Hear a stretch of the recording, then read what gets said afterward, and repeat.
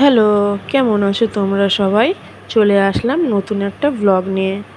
এই ভ্লগটা হচ্ছে জানো তো, যেদিনকে আমার মেয়ের নাচের এক্সাম ছিল তার আগের দিনের লাস্ট মিনিট, বলে না লাস্ট মিনিট প্রিপারেশন, সেই প্রিপারেশনটাই দিদি ওদের দিচ্ছিল। দেখো কি সুন্দর হাতের মুদ্রা করে।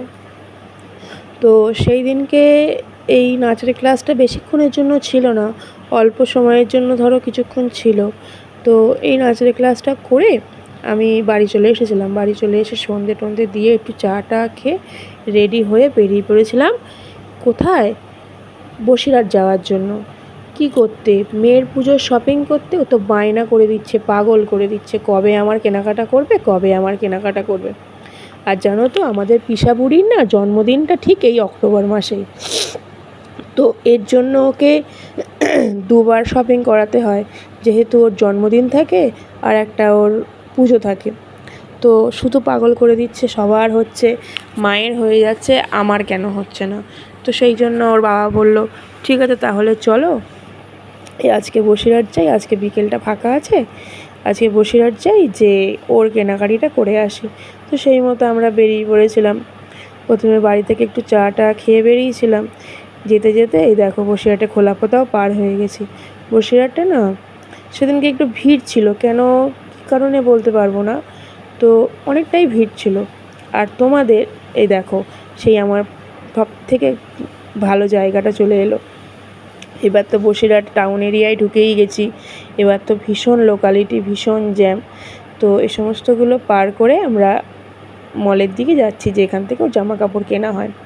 তো তোমাদের কাছে আমার একটাই কথা, তোমরা কে কোথা থেকে ভিডিওটা দেখছো, কেমন লাগছে, তোমরা একটু কমেন্ট না করলে ভালো লাগে বলো? তোমরা যদি কমেন্ট করে উৎসাহ না দাও, তো আমাদের কি ভিডিও করতে ইচ্ছা করবে? তো তোমরা একটু কমেন্ট করো।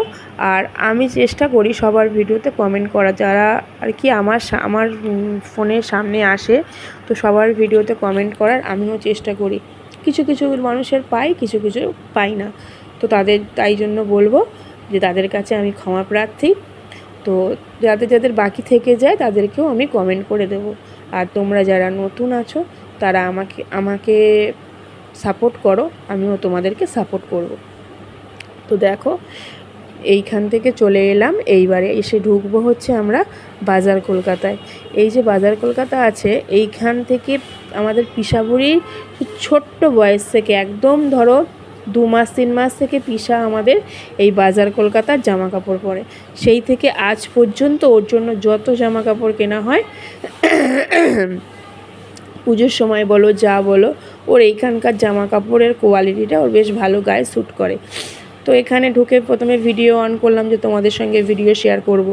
তো ওনারা বলেই দিল যে ভিডিও নট অ্যালাউ। তো ওখান থেকে পরে বেরিয়ে টেরিয়ে কেনাকাটা করে বেরিয়ে আসলাম। পিসাবুড়ি একটা লেহেঙ্গা পছন্দ করেছিল, সেটাই ট্রায়াল দেওয়ার জন্য ঢুকেছিলাম আর তোমাদেরকে ভিডিওটা শেয়ার করলাম। তো এত কেনাকাটা করেছি, তার জন্য একটা ব্যাগও আমরা ফ্রি পেয়েছি। তো কেনাকাটা করে কিছু কুপন টুপন পাওয়া হয়েছে, সেটা তোমাদের দাদাভাই ফিল আপ করে বক্সে ফেললো, যদি লাকি ড্রয়ে কিছু ওঠে। তো কেনাকাটা করে পিসাবুড়ি বলল, পাপা আজকে আর বাড়িতে গিয়ে খাবো না, চলো সোনা হোটেলে যাই। সেদিনকে যেহেতু মেয়ের পরের দিন এক্সাম, মেয়ে কী প্রিপারেশান করবে না করবে, সেই জন্য পাপা বলল ঠিক আছে তাহলে চলো যাই, গিয়ে খেয়ে আসি। তো এইখানে গিয়ে পিসাবুড়ির মন খারাপ, ও বলেছে যে আমি বিরিয়ানি খাবো। ওর পাপা বলেছে না বিরিয়ানি খাওয়া হবে না, তুই আগে নুডলস খা। তো প্রথমে নুডলসটা অর্ডার দেওয়া হয়েছিল, তারপরে বিরিয়ানিটাও নেওয়া হয়েছিল। বিরিয়ানিটা তোমাদের সঙ্গে শেয়ার করতে পারলাম না। আজকের মতো ব্লগটা এখানেই শেষ করছি। ভিডিওটা তোমাদের কেমন লাগলো আমাকে কমেন্ট করে জানিও। আজকে আসলাম।